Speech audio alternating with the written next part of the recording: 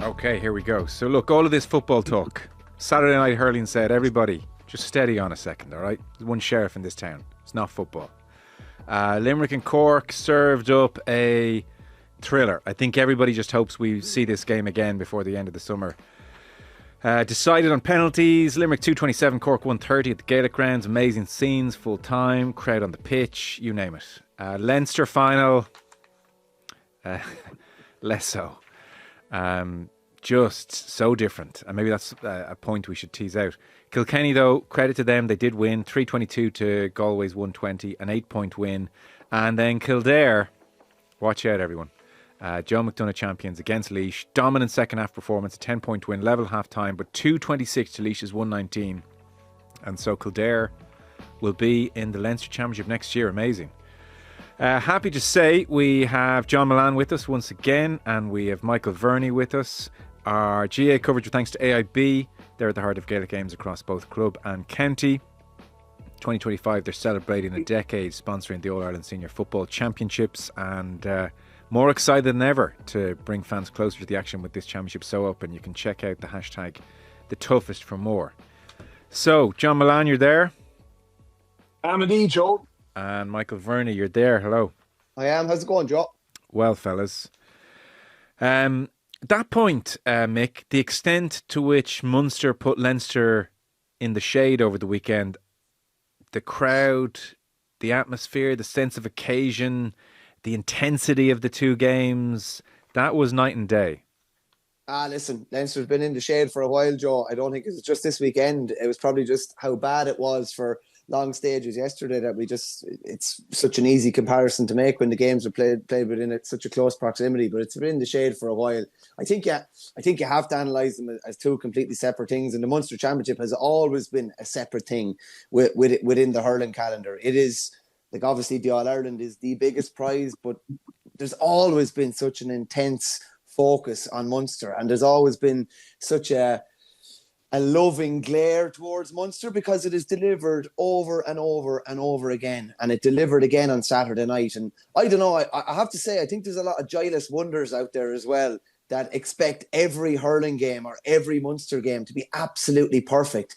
This was ridden with mistakes, you could say, full of pressure, and I loved it. Show me players playing at a high level, but also showing their fallibility at times, missing scores that they'd never miss. It was like a snooker game in the Crucible where, the breaks are 140 in this, they're brilliant. Give me that cagey stuff where lads are showing pressure, where, there's you're kind of flinching and shaking under pressure a bit. And both teams did at different stages the other night. And I just thought it played into, it mightn't have been the best quality, but it was as entertaining as any game I've seen, and as entertaining as any Munster final I've seen in a hell of a long time. It literally had everything, including a referee going off with cramp, which I've never seen before, including obviously penalties it's the first time penalties has been used to finish a hurling game since the 2020 Christy Ring Cup semi-final.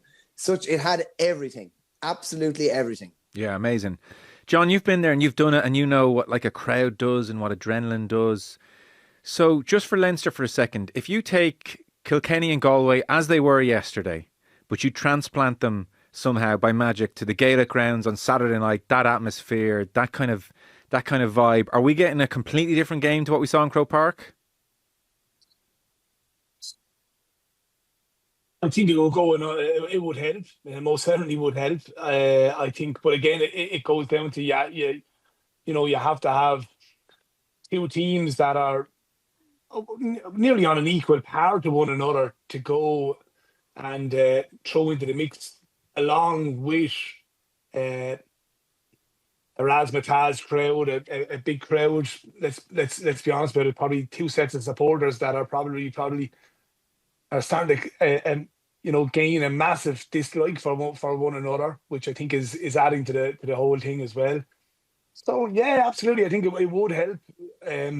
But then again, if you threw Cork and Limerick into Croke Park, in the situation that Galway and Kilkenny found themselves in, with 37,000 people, as Michael just touched on, with the mistakes that were made, would we still talking about the same type of drama or match that unfolded Saturday night. Possibly not. But just going back to Saturday night, Joe, it was just incredible. And I just think since Pat Ryan has come in, he's thrown down the gauntlet. He's thrown down the challenge to Limerick to say, you know what, we're going to take you on. Every time we go and take you on, bar 3 weeks ago, with the exception of that, take that out of the equation. Every time they've gone toe to toe with probably something high at stake. There's been very little to separate both these sides. A margin of 1-2 points either way, and it's nearly like a Rocky box set now, where Jesus, it's Rocky 1, Rocky 2, and I suppose Rocky 3. He gets hit in Rocky 3, and he gets back up again. Then and he comes back and gives a Rocky type performance, and that's what it was. The weekend, it was just something else. And the one most pleasing thing for me, Joe, is that the whole nation got to witness this match Saturday night.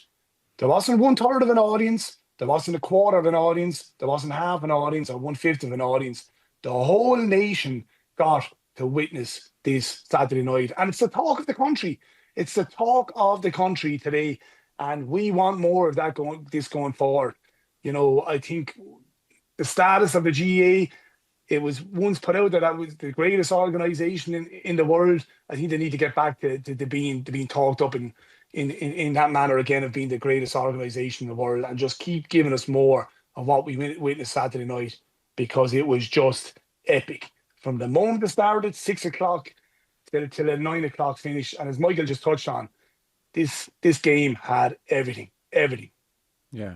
Do you want to just round off that point about the GAA? Like, what, they're not in control of how good a match is. They agree the contracts with RTE. Like, what when you say they have to give us more of that to be talked about as the greatest organisation, what do you mean, John? Like, that's a bit harsh in the GAA. What do you want them to do about matches? Well, I just think we need to be like, could you imagine this match Saturday night if it was behind the paywall? I mean, I'll give you that example. I just think we need to be putting more games out there where we're promoting them more, getting more exposure. Kids are watching it. Some people would say that actually hurling's done a lot better than football in terms of behind the paywall this year. Well, I totally agree, and that's for the football pundits now to go and argue the case and start speaking up and saying, well, what's going on? We want more. And I go back to it. We have an unbelievable product on GAA Plus, but I think GAA Plus needs to be on free-to-air TV. I firmly believe that. I keep banging the drum about it. We have a short window, Joe, every year. It's not as if this championship is on over the course of 6 to 8 months. All right, we have a window of about 2-3 months. Get as much games as possible on free-to-air, and get the whole nation talking. Young, old, middle generation.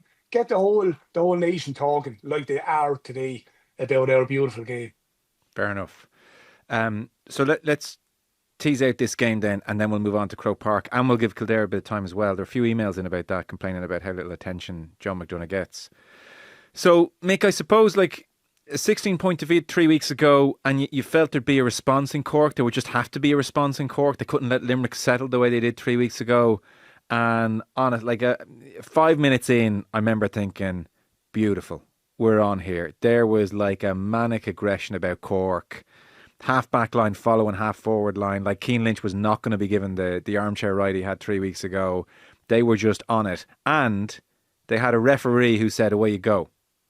Yeah, wasn't it brilliant to see from a point of view of no scars from 20 days previous? Zero. We're going to go toe to toe. We're going to follow these guys. We're not going to let them have the joy of the park. We're going to leave 50, 60 yards in front of our full forward line. It's nearly kamikaze stuff, some people might say. But that was how they felt they had to go at Limerick. They had to, give up some of those chances. And they did give up some of those chances. But they went toe to toe with them. And even as the game was going on, you're thinking, Limerick are just getting their foothold here.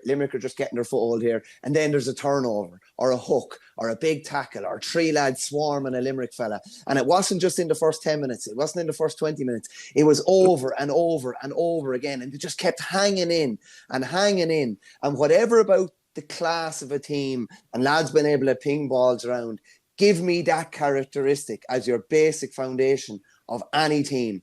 And Cork had it from the first second to the last second. They were hit with plenty of body blows throughout. I'm even thinking of, the Limerick goal. I thought Brian Hayes was fouled at one end. No problem. We'll go again. We'll stay going toe to toe with them. Looks like Limerick have eroded that 4-point half-time lead, and they're going and they're getting back level. And all of a sudden, no, Cork come back and respond. And Limerick struggled to be able to get that 1 or 2 ahead like they normally would. Cork refused to allow them to kick on. And it was brilliant to watch from that respect. Now, I do think Limerick totally overplayed the ball and tried to force things in the first half. Kylie was talking about efficiency, and people will point to, I think Limerick had maybe 7 less shots than Cork did across the course of the game. But in that first half, like Adam English forced a goal.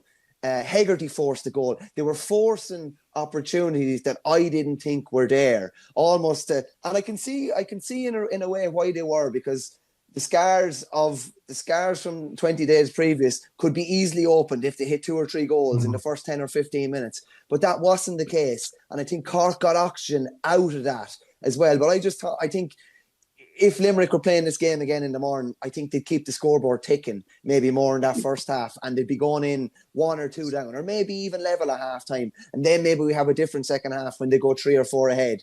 But they kind of tried to force the issue, I thought, a small bit in the first half. And it just, I just thought it gave Cork more. And they were the ones that were able to kick on. Didn't think the buffer was going to be enough at half time. But like Cork were hanging in there. And it was brilliant to see, because like it's such a quick turnaround. I can't imagine mentally what they did in the 3 weeks between those two games, but they must have done a hell of a lot, because Cork were a different team mentally, and to even have that belief to stay going at Limerick in that kind of mano style that they did was fantastic to watch. It's interesting. Pat Ryan, it's hard to know exactly what he means here in specific terms, but in general terms, he said that he blamed himself for 3 weeks ago. He said, I take a bit of blame for 3 weeks ago. I wasn't driving the bus as much as I could have been. Sometimes you're managing, but you're not leading. Definitely our management team probably led a bit more the last 3 weeks. So maybe there's something in that, allied to the hurt of 3 weeks ago, the fear of another defeat like it. Just on that, Joe, there's times, at the end of the day, I've chatted to a good few county managers about this. At the end of the day, everybody needs to know who is steering the ship. And you can have a player-led environment is brilliant.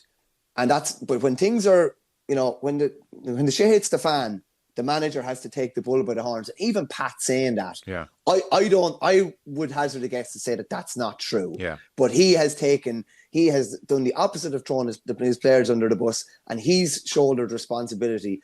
And I remember even Liam Sheedy doing something similar when Kilkenny absolutely annihilated Tip in the league game in Nolan Park. Straight on him. And all of a sudden, not that the players are getting a pass, but you're putting less, they're already putting pressure on themselves. He's taken the pressure off, put it on himself. And that's really good management as well. And I'd imagine in the dressing room, he said, listen, boys, we had problems with our food before that game. I think they were caught behind an accident as well. He would probably put his hands up and say, they're my logistical problems, or we should have dealt with this. And not that it gives the players a pass, but with such a quick turnaround, it just takes some pressure off them. And it seems like he's a master at doing that. Yeah. I think that in the break between, was it the Tipperary and the first Limerick game, I think it was a 3-week break. And I think they didn't get a break between the league success. They were straight into championship in Clare. And I think they just decided to have kind of a down week after the Tipperary win. And I think that there was probably murmurs coming out that was probably a bit of a mistake, and they probably didn't get a clear run in they probably didn't get enough volume of work in those 3 weeks. But from the defeat against Limerick up to Saturday night's game, I think they got a good volume of work in. And I even asked the question, did Limerick make a mistake in making too many changes against Clare? Because they were on the crest of a wave coming off a good win.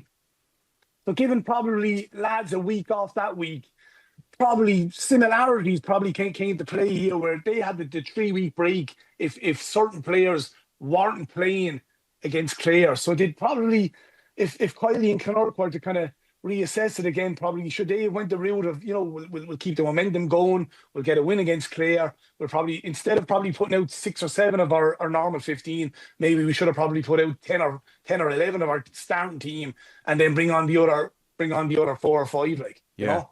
So John, your big impressions of the game, anything Mick said there that jumped out to you, or what do you think? I was about to say what do you think was the winning and losing of the game, but to be fair, they're level after extra time, so it's not like they could be split. But what jumped out to you about the two performances?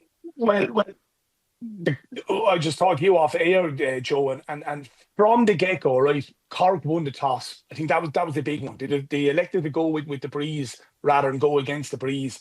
Now, some interesting stats I have here. Now, the first half set the tone last Saturday night for where Cork were going to throw it down to Limerick. We're here. You're going to meet a different animal tonight.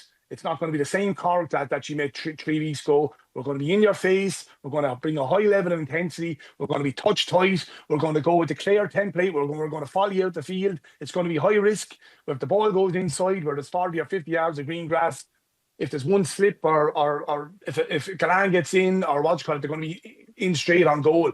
But some interesting stats I have here, Joe, from the contrast between the first day out up in Limerick to last Saturday night. Turnovers, right? 3 weeks ago, the first half, Cork had 13 turnovers. Cork had only 5. No, sorry, Limerick had 13 turnovers. Cork had only 5. Last Saturday night in the first half, Limerick had 15 turnovers. Cork had 21. Wow. I mean, that alone is a massive jump from 5 to 21, right? Hooks and blocks in the first half 3 weeks ago. Limerick had 4, Cork had 0. Last Saturday night, hooks and blocks in the first half, Limerick had 1, Cork had 4. Overall, the turnovers, between extra time and full time, Limerick had 36 turnovers, Cork had 37. That tells the whole story for me. In the first half, 3 weeks ago, it was 218 to 9 points. They had a 15-point gap to close. They were never going to do that. And albeit it was 110 to 114, albeit they still went in 4 points up at halftime. Those are the contrasts in the stats. And I think that kind of set the tone for where Cork were going to go in this match, was by throwing it down to Limerick in that first half. And those stats alone tell you that. And fellas, can I just ask though? Do you like that Cork tactic? It's a high wire act of we're stepping up on our men, we're going out the field with you, we're in your faces, and so we're reliant on our 2 lads in the full back line in a 2v2, plenty of ball going in. One slip, one Aaron Gallan pass Niall O'Leary moment the other week. Do you think that is the right way to play Limerick? Because obviously on another day that could be exposed and you can see 2-3 goals and you're dead. So is this the right way for Cork to go if they play again down the line? Yeah, I'll come in there, Joe. Yeah, Clare have kind of set a template the last couple of years. Clare and Cork have been the 2 teams that have really caused Limerick trouble the last 3-4 years. Clare play a very, very similar style, and I suppose they force Limerick to beat you rather than inviting them on you, shall we say? And that's kind of what Cork did the other day. You can't do. If anything is, if history has proven anything the last few years, you cannot do or try and replicate what Limerick are doing to beat them. It won't work. You have to try something different. There's lots of risks involved in that, but you have to kind of trust yourselves. Cork trust themselves the other night. And just on what Mull says there, don't get me wrong, there's so many systems at play. There's so much tactical stuff at play and all these various KPIs. And he said it in his column last Saturday. But you cannot account for, heart, desire, intensity, the work rate that players put in. Like that, you're a big rugby man, Joe. Eddie O'Sullivan always talks about earning the right to do something. You earn the right to play whatever way you play if you have those basic foundations in play. If you're working as hard, if not harder, than the opposition team. If you're tracking back and making those, hard yards that are just really difficult to make, that nobody wants to make. Yeah. And that's how when you earn the right to play. Cork earned the right to play by, I would say, matching Limerick and even overmatching them in terms of their effort the other night. And I just thought and I even thought it was fascinating. Like, Cian Lynch dominated the game in the first half. Dominated the game. He caught some amount of ball. Kyle Hayes probably dominated the game to a point. And Cork kind of even played differently then in the second half when they were playing against the Breeze. They were able to take Hayes out of the game. They were able to take Lynch out of the game. And it was funny, while the Breeze is a massive plus, I think Cork actually played better against the Breeze than they did with it. And I'd say Limerick probably did the same as well. Right. Even remember we were saying last week where were Cork going to place Brian Hayes, and we were saying, like, you know, with Kyle Hayes sitting back in front of the D and having Brian Hayes in behind him with Dan Morrissey behind him, it was very interesting for large parts of that match. Brian Hayes was out in the corner, and Mike Casey, he went out of Mike Casey first, and then Limerick elected then to say, right, we've got to get Dan Morrissey out on him out in the corner. I just thought that was a good move by Cork, and even the movement of their half forward line Saturday night was very, very good, and it just brought something different.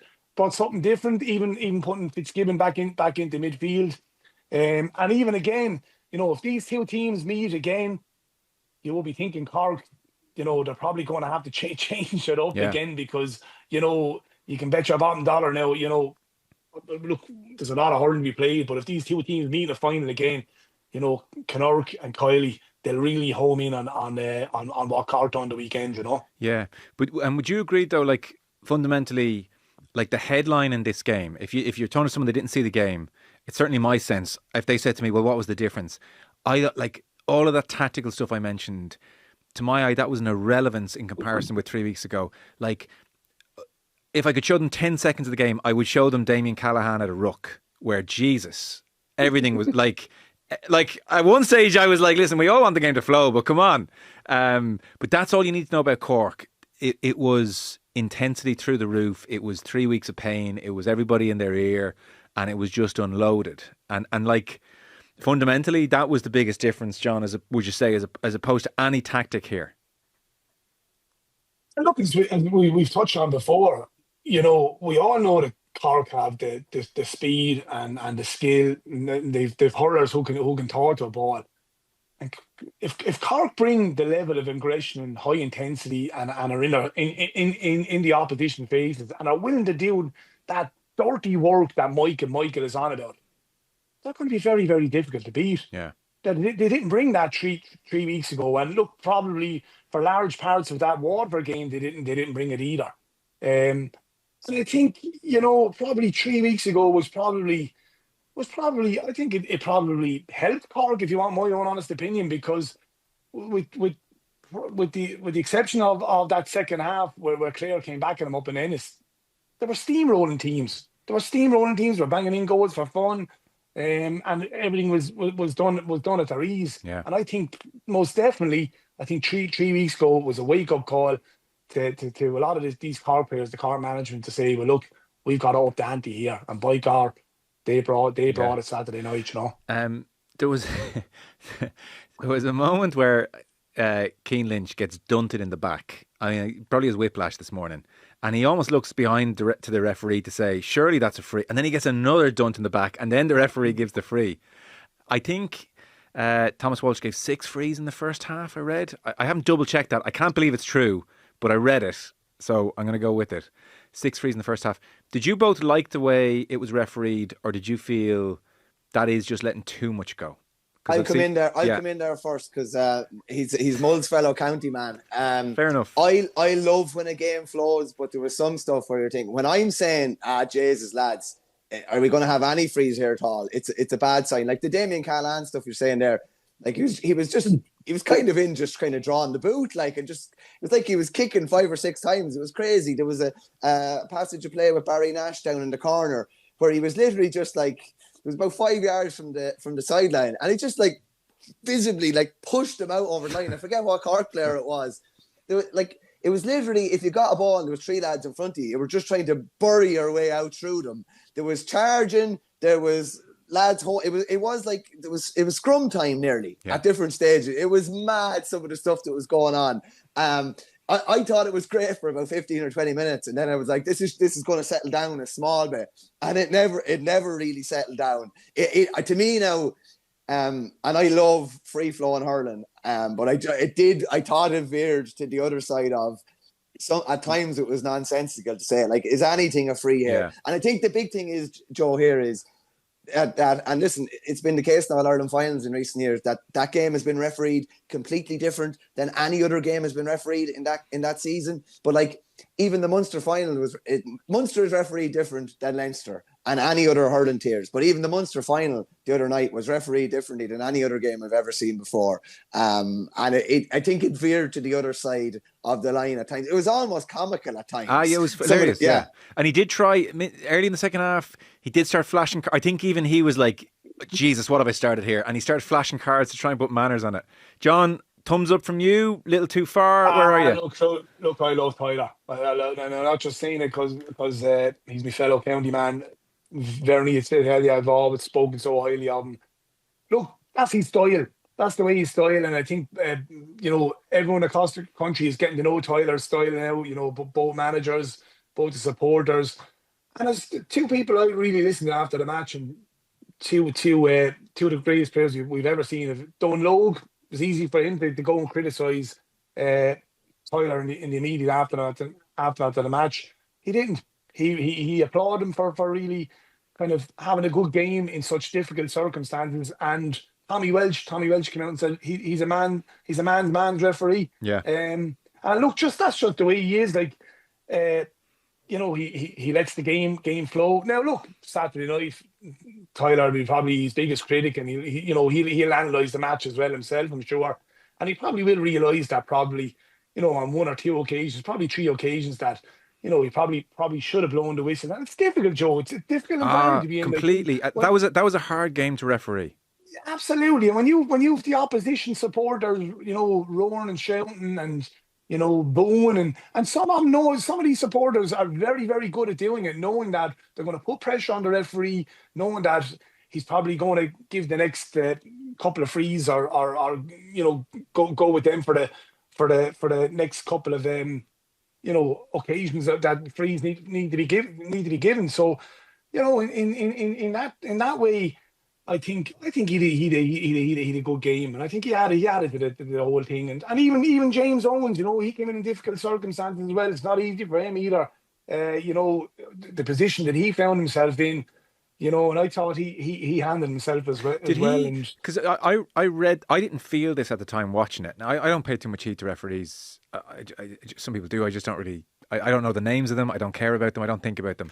But I did read a few people say, the nature of the game changed. Owens was blowing his whistle a lot more than Walsh. Did that jump out to you? Did it feel like a totally different game? I didn't feel it, but maybe it was. The frees that James Owens blew for were frees. Now look, the one at the end was Peter Casey going forward. He was blown for steps that could have went the other way. Look, Damien Callahan was probably a tad unlucky as well. So he gave a free there. People are currently questioning the amount of time that was. The suggestion was overplayed. Yeah. But I think the lads on the Sunday game, Brendan Cummins, broke it down very clearly for everyone to see last night. So, yeah, look, I think both Tyler and James Owens gave a really good count themselves, and they really added to the occasion. Yeah. Just on that, Joe. Go on, shoot. James Owens even reined himself in at times, right, from blowing for what he would normally blow, right? Because that was just the way the occasion. I actually do think he reined himself in. If we'd look back on some of James Owens' performances in recent years, he would have been a lot more whistle happy in the time he was on the pitch than he actually was. And I'd agree with Mull there on the extra time that was played. If you stop and start all the different injuries, all the different events in those closing 5 minutes, I think it was fair enough. And I know there's some Limerick supporters even saying that, once that free was hit, and that long free, and it hits off Nicky Quaid and goes out for a 65, that it should have been blown up then. Come on, lads. You're gonna blow it up. You're going to blow up the game when a team has like an actual chance to draw the game. Madness. And a lot of people watching the game with rose-tinted glasses, I have to say. But it was there's a few people took pictures of Thomas Walsh going down with cramp and Adam English helping him out, and Tommy O'Connell is there sniggering and Keane Lynch is there having a laugh. Like, it was like, even that scene was just like, this is crazy. Like, it's something that we never see again. Like, it was brilliant. And you know the way social media is now, and even when the crack that's had with even his own club teammates now, I'm sure he'll be at the end of a few jokes here and there now going forward for the next couple of weeks. But what's that takeaway you had the night before the Munster final? Are we sure he wasn't there? But even fair play to Fitzgibbon, Joe, to step up and hit that last free and. Brilliant. You'd be going on about, the league doesn't be important and, trying out things in the league. But, go back to the league, Cork, and a couple of... I thought the exact same thing the other night, Mull. I said that's why he was hitting frees that first night against Limerick for things like this. A couple of the fixtures there, he was, when Hoggy was gone off the field, Fitzgibbon, they were probably thinking ahead saying, right, we're going to have to call upon him to come to the championship. And, then the drama of the penalties, now people are all saying, look, for me, it's a horrendous way to end the match. But, even I have to applaud all 10 players to step up and to put their hand up and take a penalty.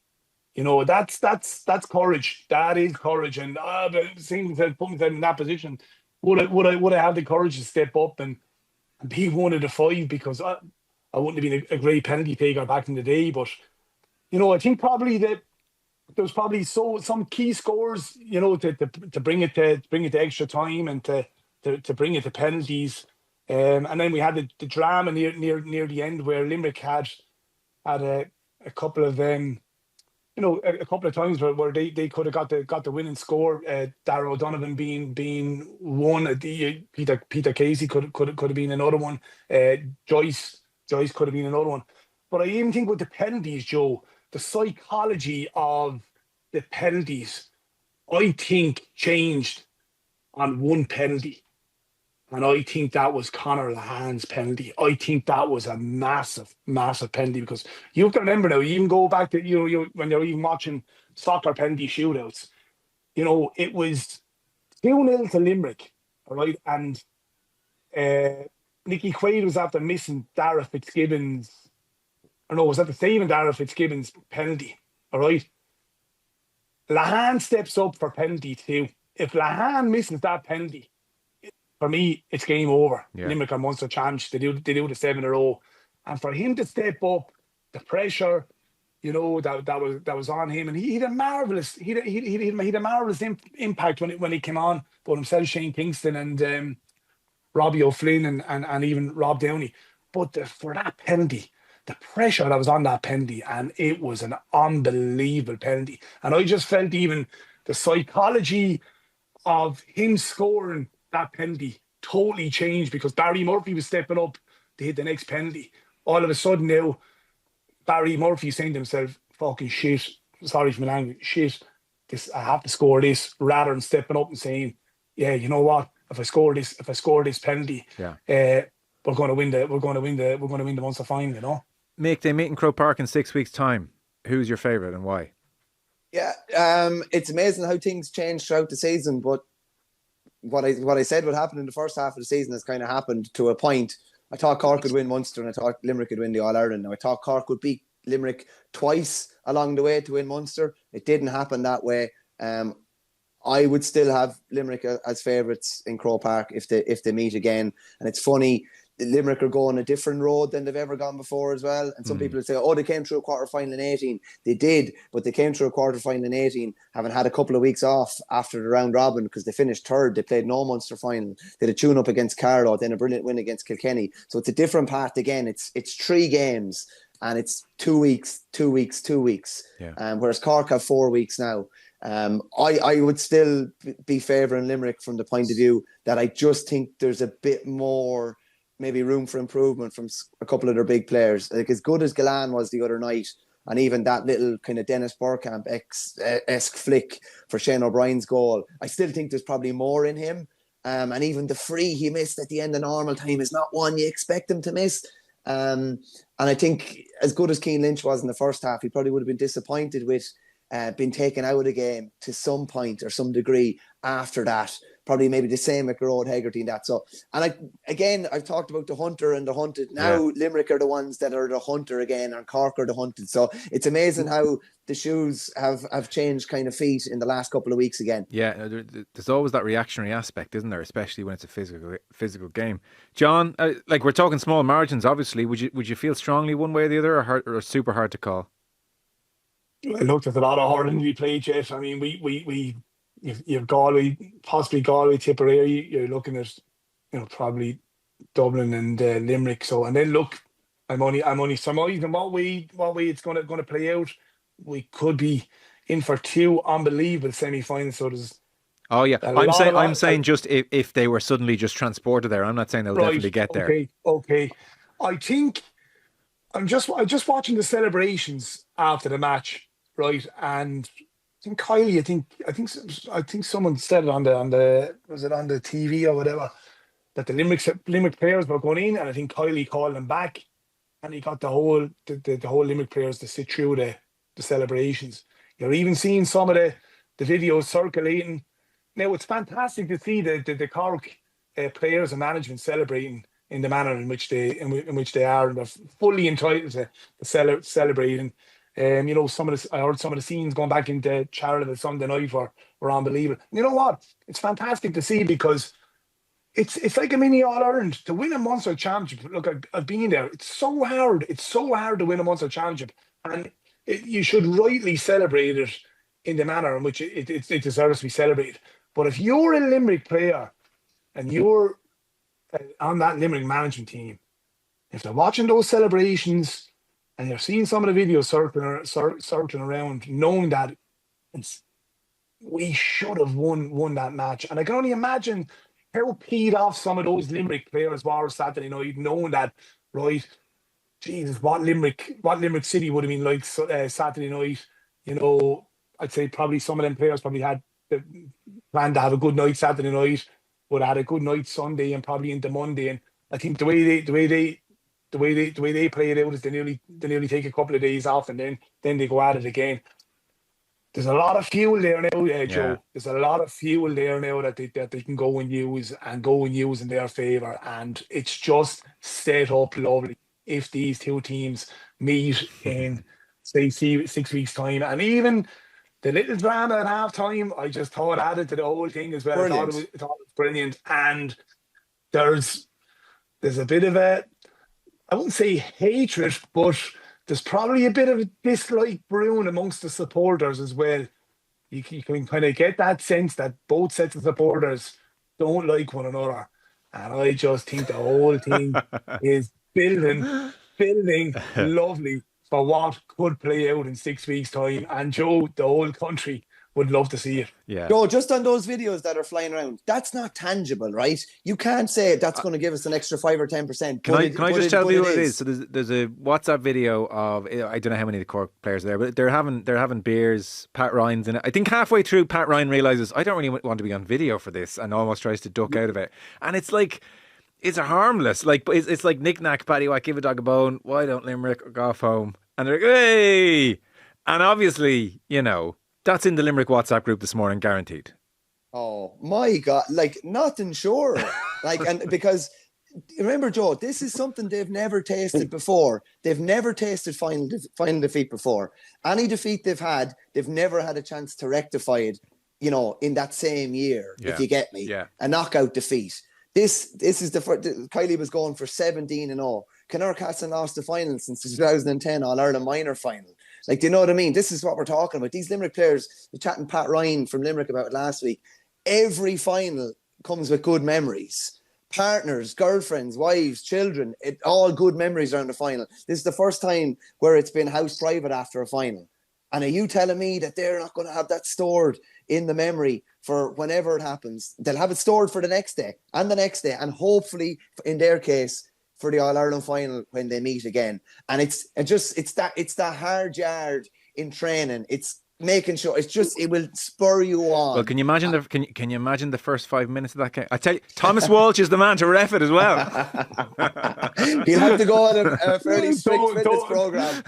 don't mind the first 5 minutes. The throw-in. The throw-in last Saturday night, Tim O'Mahony and Will O'Donoghue. And you even seen it last year in the semi-final where Tim O'Mahony went through Will O'Donoghue. So it was like a slash hook. It was like a slash hook he had in his hand. Okay, so that's all beautifully set up. We're taking it down several temperatures. Leinster final then. It's funny because you can imagine those Kilkenny and Galway players watching the match the night before and thinking tomorrow's our day and it's going to be that kind of a thing. And obviously it wasn't. Like Galway were very limp at Nolan Park in April. The same with Cork, limp against Limerick the first day out. But there was no... I don't know, you guys can diagnose what's going on, but there was no kind of fire or brimstone to it. And even the way Kilkenny won, it was like a frog being boiled alive. It was like, well, a point here and a point there, and then they got the goal all right. And it was like, geez, it's suddenly over. And then Galway had this 1-6 unanswered between the 59th and the 67th minute. And you never really thought they were going to do it, but they got it down to 4 points. And you thought, where has that been all game? And then TJ goes up, catches a ball and settles the ship and Kilkenny are home and hosed and obviously they get the goal. But like, I don't know what happened to this. I know the occasion isn't fiery, John, but why does this lack the kind of punch that we saw on Saturday night between these two teams? Look. I was on the radio yesterday covering the game. And Marie Crowe asked me one question before that match. Have Galway turned the corner? And my answer was, we won't know if Galway have turned the corner until they've beaten Kilkenny in a Leinster final. And I referenced that they had to kind of hit a mark of maybe 2:21. I had it in around my head that they'd have to kind of hit that mark of 2:21 to win the match. I had 27 points in my head, and I just couldn't foresee where they were going to hit that mark of 2:21, particularly if Carl Mannion was going to be held. No, he wasn't held yesterday. Yeah. Mikey Butler went down and followed him out. Carl Mannion done what as much as he could to keep Galway in the match, but they just didn't have enough penetration, enough imagination, as Marty Morrissey said on the radio yesterday.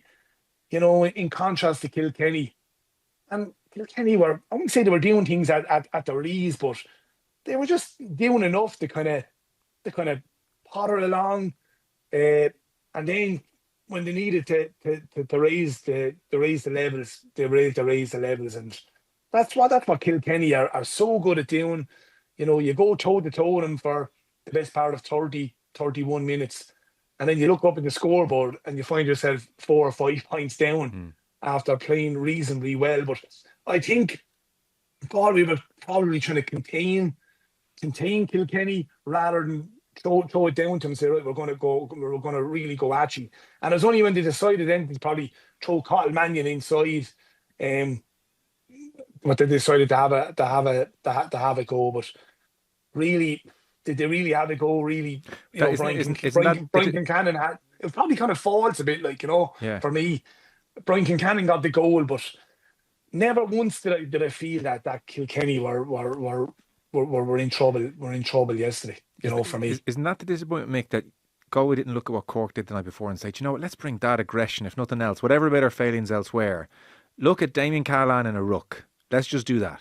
They didn't bring that intensity to it for whatever reason. Yeah, I think Micheál Donoghue admitted after that they probably, opted to go a little bit defensively. And I was surprised at that. Like, for a team that was stung from, the Nolan Park game a couple of months ago, you'd expect them just to go at it because, when you place the two teams together, are Kilkenny much better man for man than Galway?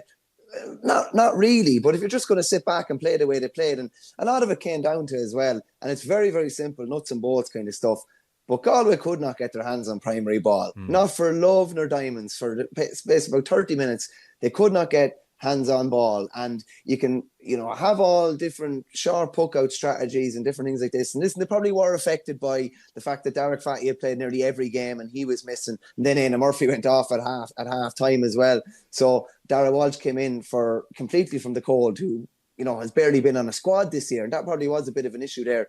But like, none of their forwards are self-sufficient. By self-sufficient, I mean getting your hands on ball and creating something yourself. And they just don't have a Johnny Glynn at the minute that can do something like that, and they can bring lads into the game. And when push came to shove there, they could not get hands on ball. And I'd agree with Mull there. It was quite false at the end. They got that 1-6, but at the end of the day, when Kilkenny had to do something, TJ climbs up in a ruck of bodies. Hugh Lawler, at the very next play, when Galway got back to 4 again, he thunders out with a ball. He was unbelievable yesterday. Unbelievable. And I couldn't believe from a Galway point of view that you had Conor Cooney sitting on the line, who caused him untold trouble when they met, when O'Loughlin's met Thomas's in the club final only 18 months ago, and they never threw him in. And he's a big, rangy, kind of dangerous forward. Is he a starter at the minute? Maybe not. Could he come in and done wreck? I thought he could have. I couldn't believe he was still on the line. He went through the full warm-up. Thought that was very, very strange. And again, listen, I kind of get sick of Galway at this stage, because you buy into them again and they kind of let you down again, and you just can't trust them. Yeah. Unfortunately, they're that prospect that you just cannot trust, and it's not a good quality to have associated with a side. Donoghue, it took him a while to iron that out the first time he was there in his first reign, and it's going to take him even longer, I'd say, to iron it out. Yeah. They've already been beaten by 12 points in 3 league games, and they've been beaten obviously well the other day, and 12 points in a championship game. Do you know? So that's real Jekyll and Hyde stuff, and that's so frustrating. Well, I guess to be fair, sorry, John, come in. Sorry, Joe, but to be fair to him, Verney, I don't think you have the players. I know you just touched on it there that, on paper they're nearly on a par with the Kilkenny forwards. They're not, Mike. Let's call it. Maybe not forwards, John, but as a team overall, I would have Galway on par on paper with Kilkenny overall as a balanced side. They don't have the same quality of forwards, but I'd say some of their backs are better, if not better, and their midfield pairing should be better as well. No, I wouldn't. I totally disagree with you on that. No problem disagreeing with you on that. No, I totally disagree with you. Now, one sure thing that we'll probably both agree on is that they'll bring it the next day. They'll see the colour of that Tipperary jersey, and I'd imagine they'll bring it like they did 2 years ago, where everybody was writing them off, nobody was giving them a chance. And next thing they come with a performance against Tipperary, and that's, as Michael touched on, Joe, that's the most frustrating thing. Probably as from a Galway supporter's point of view, is that, it's just that inconsistency, even myself, the wife went up there yesterday with the kids, went up for the day, and she was even saying, like, what Galway are going to turn up today, like, and you just don't know what you're going to get with them. They could show up the next day now and they could perform, and they could beat Tipperary. Yeah. You just don't know. Like. It's the worst indictment of a team that you can have with a team, that you don't know what team is going to show up. It's the worst thing you can have associated with, that people don't trust you. Kilkenny, obviously, sort of like the Kerry footballers, they'll pitch up now in a big game untested. They don't just have the wars that the Munster teams have. So, what's your sense? Where are they? It's hard to know. Have they improved since last year? Pretty much the same. Going one, a different approach this year to what they did last year in terms of how they'll take on likely Limerick in an All-Ireland semi-final. There's no concrete answers to a lot of those questions. They just kind of it's their misfortune or fortune, if you're sick of getting knocked out of Munster like Waterford are, but it's their good fortune that they just meander into an All-Ireland semi-final. Listen, Joe, it's if they win, Kilkenny's freshness. If they don't win, they're not match tested. That's the way the narratives are. But what I was kind of saying even there, like, I would have the Galway squad definitely on par, if not better, than the Kilkenny squad. But the problem from a Kilkenny point of view now, like, I don't think their bench is nearly as strong as it was before. And if they pick up injuries and have to go deep in games, which they will, if they end up playing Limerick in All-Ireland semi-final, they will have to go. I'm not having that. I'm not. Relax now and let me I can't have that. No problem. Relax now and let me make my point, okay? So they've 4 weeks to prepare now. Their in-house games will have to be absolute, skin and nails flying. And not being smart, from my point of view, the B team that Kilkenny will put up against their A team will not have them in the best position possible for an All-Ireland semi-final, like they would have been in 10, 15 years ago. I'd be worried about Kilkenny's depth. I genuinely would be. And I think they've gone back to a lot of the same faces that in the 22 final and the 23 final weren't able to get them over the line. And I'm not seeing enough newness to the Kilkenny team and to the squad in general, being honest with you. Go on, Mull. Fire that way. Well, we'll agree to disagree on you thinking Galway are on a par with Kilkenny. Hence, that's why Kilkenny have won 6 in a row. So I think that answers that. I think Kilkenny are going to be dangerous opponents for maybe a Limerick in the semi-final, Joe. I think they can turn it on. I think they can go up another level. I think, you go back to last year. You go back to 12 months ago against Clare. They had Clare beating up a stick in the first half. They should have been out of sight, nearly down the motorway with their feet up and in an All-Ireland final. And they didn't. They switched off for 5-10 minutes. Now, look, they probably had a little lull moment again yesterday. They're not going to be allowed that, if they were to come up against a Limerick, because if you have a lull moment against Limerick, they could hit you for 1-8, 1-7 on the board in a 10-minute period, and you're not going to come back from that. But if they can get Cody back, they're fresh. How much is as the Munster campaign taken out of Limerick? They're probably got to go down a route that probably, I wouldn't say is alien to them, but they're probably not used to the last 4 or 5 years. So it'll be very interesting how they get on. How they structure their training within the next couple of weeks for that meeting with Kilkenny. But yeah, I think they'll be dangerous opponents. I wouldn't be writing them off. Absolutely not. And I don't think it's a foregone conclusion where if they were to meet Limerick, where Limerick will just rock up and Limerick will beat Kilkenny. I hear you. But are Kilkenny actually getting better? They haven't got over the line the last couple of years. They're just a slight level below, and there's nothing to suggest. And they don't have to play anyone, but there's nothing to suggest they're getting better, is there, John? No, but they're Kilkenny, Joe. Yeah, but that hasn't counted for anything for about a decade. No. But they're like the Germans. They're like the Germans. You cannot write them off. I know, but they've gone 10 World Cups without winning. But they stopped Limerick back in 2019 from possibly doing six in a row. They've been here before. And I know from being down here and living on the border with them, write them off at your pearl. And this will suit them down to the ground. Everybody just talking them down. Nobody giving them a chance going into a semi-final. And that just plays plays into their hands. They love it. Everyone being enough. One thing I think they need to do now, and I think I would be to every Kilkenny supporter out there, and I think Derek Lean really needs to throw it out there, throw it back to the Kilkenny supporters. We need a big support up there for the semi-final, because I thought the support yesterday was pretty poor. And I think go back to last year's semi-final, both Kerry and Kilkenny, for being two traditional powerhouses, their supporters let them down last year. And I think the Kilkenny supporters now, I think they owe it to Derek Ling. I think they owe it to this group of players to come out in force, get a big following behind them for that semi-final, potential semi-final against Limerick. And if they get a big following up there and they get a run on you, I'm predicting there won't be a whole lot in that match if Limerick and Kilkenny are the cross swords. Okay.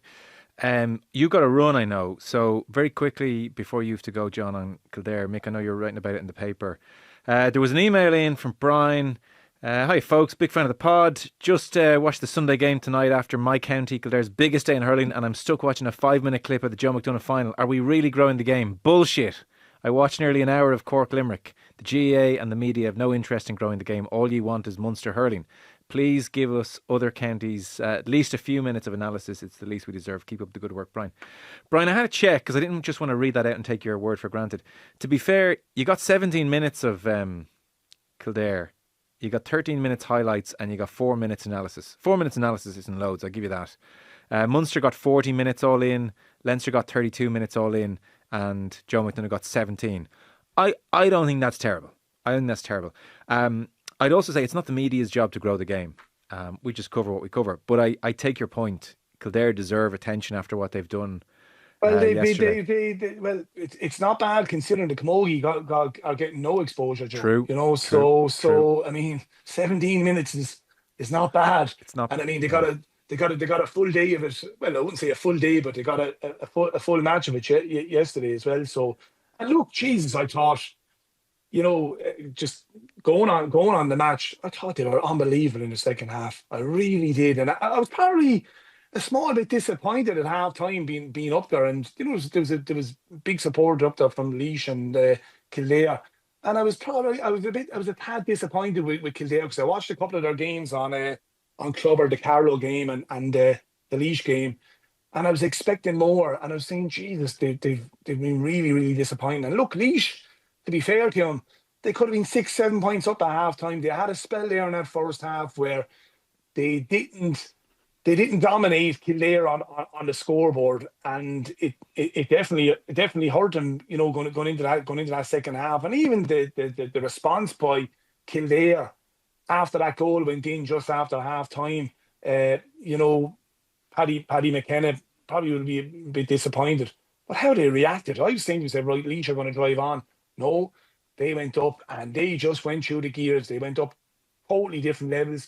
They were fighting for every ball, chasing lost causes, hunting in packs, 3s and 4s. They had that bit between their teeth, and they wanted it. They wanted to win that Joe McDonagh so much yesterday. And some great performances. Jack Sheridan scored 1-4. You got a great goal. I thought even David Qualter kept them ticking over with the frees when they were probably struggling in stages of that match. Dara Melville got a great turnover. Keane Boren centre back, I think he was probably man of the match. Paul Doolan. I thought there were excellent. James Burke in midfield. Can I give one mention? Cottle Dunn, when they step back at the end of the year and they're looking for a save of the year, I think he'll definitely be in the reckoning for it. But yeah, what a marvelous achievement, and it's great for Hurling, and great credit has to go to Brian Dowling. And I'll tell you something, people are probably questioning the structure of the Leinster Championship, and I think we're probably going to have to delve into it. I think the structures are definitely going to have to change. Something has got to give, because the imbalance is just ridiculous. But I tell you something, people are already talking up, should there be preliminary quarter-final this weekend? I think Laois are going to be cannon fodder for Tipperary. But I tell you, one fixture is going to be very, very interesting, and if it will be Kildare and Dublin. And if Kildare can bring the level of performance that they brought in the second half yesterday, Joe, I think I'm not saying they'll beat Dublin, but they'll trouble Dublin on Saturday, and they'll give them enough of it. This is what we want to hear, John. Beautiful. Because obviously, I'm a Kildare man. It's kind of pockets of hurling in Kildare. It's people who've done a lot of great work underage, who kind of took hurling from traditional counties and they moved up for work or different reasons to Dublin, and have grown hurling in Kildare very slowly but surely in certain pockets. So it's an amazing achievement. To suddenly find ourselves in the Leinster Championship next year is actually surreal. And you were making the point in your piece, you said that they haven't just broken the glass ceiling here, you said they smashed it. And by that you meant, yes, they lost to Kerry 7 weeks ago at home on the opening day. But since then, 5 wins in a row, and by an average winning margin of 9 points. So that's not scraping over the line here at all. No, they're probably the most impressive winner in the competition history, realistically. The most comprehensive winner. They beat Laois by 11 in the group stages. They beat them by 10 yesterday. All the expectation on them. Everybody, Laois side, wanting them to complete the fairy tale story. And they delivered when it mattered most in that second half. And it's funny, even I was chatting to David Qualter after, and his dad's from Turlockmore, his dad Pat, and he was just saying, like, he was out in the green in Maynooth and he was dreaming of playing for Galway. And now him and his contemporaries have all the kids in Kildare now dreaming of playing for Kildare. And it's so great that all those young lads and girls, camogie players coming through, that they have people and players with inside their own county to look up to, that are going to be duking it out with Hugh Lawler and TJ Reid and Conor Whelan and, etc. next year. And this is the story of the hurling year by a country mile. It's absolutely brilliant. Never won a Joe McDonagh game until 7 weeks ago. Then they win 5 in a row. They were 0 from 9 in their previous 9 McDonagh Cup attempts. Then they win 5 in a row by an average margin of 9. They go from third tier in 2024 to top tier in 2026. And even Brian Dowling, like, with due respect, Brian Dowling was brilliant with the Kilkenny camogie team, and he won 2 All-Irelands with them, but he went to Kildare probably to see what he could do and build a CV. And the last thing he expected was to be playing Kilkenny next year. And he brings the Lilies. And it's great to hear you saying us, Joe. Only a couple of weeks ago you were saying us, but now you're saying no, us. but listen, sports people love a bandwagon. Like, honestly, the thought of Kildare next year mixing it with Kilkenny, and as you know, John says, targeting that Dublin game, you know, it's kind of surreal. It just was not on the agenda forever. No, and even chatting to the captain yesterday after the game, Rian Bourne, and he was just saying, there's young lads that have come through this year, and this is so important. And John has seen it within setups that he's been within as well. These young lads that came in, really talented, skillful players with no baggage, no Joe McDonough baggage, and they just come in and said, no, like I think we're good enough to be at this level. And even I think Dowling had to challenge him at the start of the year. What was the goal for the start of the year when it was put to the players? Stay in the Joe McDonough. He's like, right, okay. Can we go a little bit further?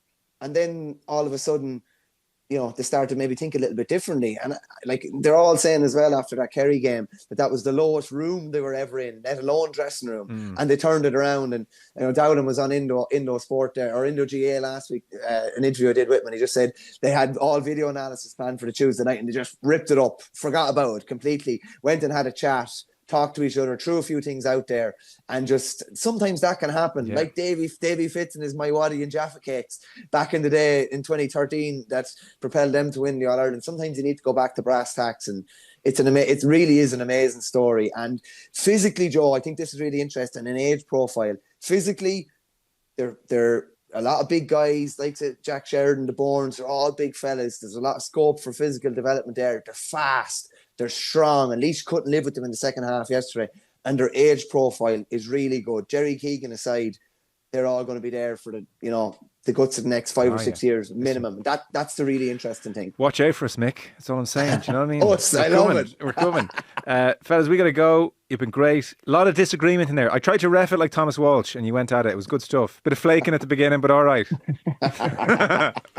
Hey, listen, Joe. I never won an argument with Mullane on the pitch. So it's nice to even have an argument where it's somewhat 50-50 outside of the